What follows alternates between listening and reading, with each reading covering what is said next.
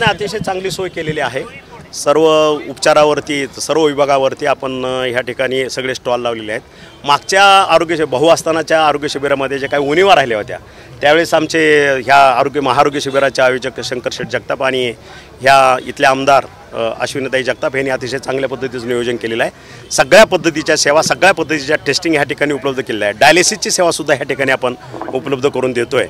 आणि मला वाटतं ह्या ठिकाणी ह्या संपूर्ण पिंपरी चिंचवड महानगरपालिका असेल किंवा महाराष्ट्रातलं मगाशी शंकर शेठने सांगितल्याप्रमाणे कुठलाही रुग्ण ह्या ठिकाणी आला त्याला एक पत्रिका फक्त मिळाली, त्याच्यावरती त्याला जर काही उपचार वगैरे घ्यायचे असतील तर महाराष्ट्र शासनातर्फे त्याच्यावरती पुढचे सुद्धा शस्त्रक्रिया असतील सर्व पुढचे संदर्भित उपचार सर्व मोफत होणार आहेत।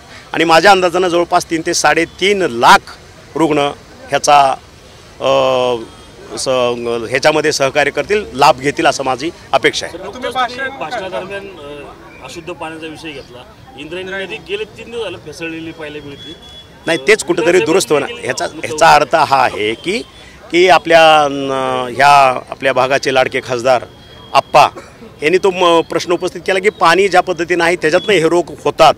मग या सर्व समाजाची सगळ्यांचीच एक ह्या ठिकाणी आपली दक्षता घेणं काम आहे, प्रत्येकाचं कर्तव्य आहे की आपल्या हातून प्रदूषण कमीत कमी व्हायला पाहिजे, त्याचा जोपासना आपण प्रत्येकाने केली पाहिजे की त्याच्यामुळे अशा पद्धतीच्या संदर्भित सेवा घेण्याची वेळच येऊ नये। नाही सर, सगळ्यात मुद्दा काय आहे की महापालिकेच्या हद्दीमधले जे कारखाने आहेत त्याच्यामधून अशुद्ध केमिकल युक्त पाणी त्याच्यामध्ये सोडलं ते महानगरपालिका बघेल, तो माझा विषय नाही। नाही दिलं ना, आम्ही त्यांना सांगितलेलं आहे की ह्या पद्धतीचा सर्वे करा आणि अशा पद्धतीच्या गोष्टी एक भाजपचे जे आमदार आहेत सुनील कांबळे त्यांनी एका राष्ट्रवादीच्या पदाधिकाऱ्याला मारहाण केली, त्याचबरोबर एका पोलिसालाही मारहाण केलेली आहे। नाही, मला ते माहीत नाही आहे। या ठिकाणी आपण चांगल्या कामाला आलेलो आहे, महाआरोग्य शिबिराचं आपण कंडक्शन करतोय।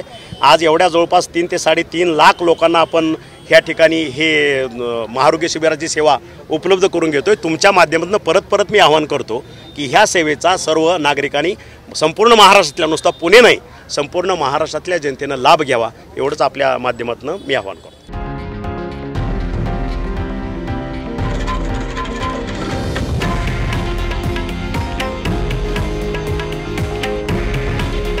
हे आहे देशातील नंबर 1 न्यूज नेटवर्क आणि आपण पाहत आहात TV9 मराठी।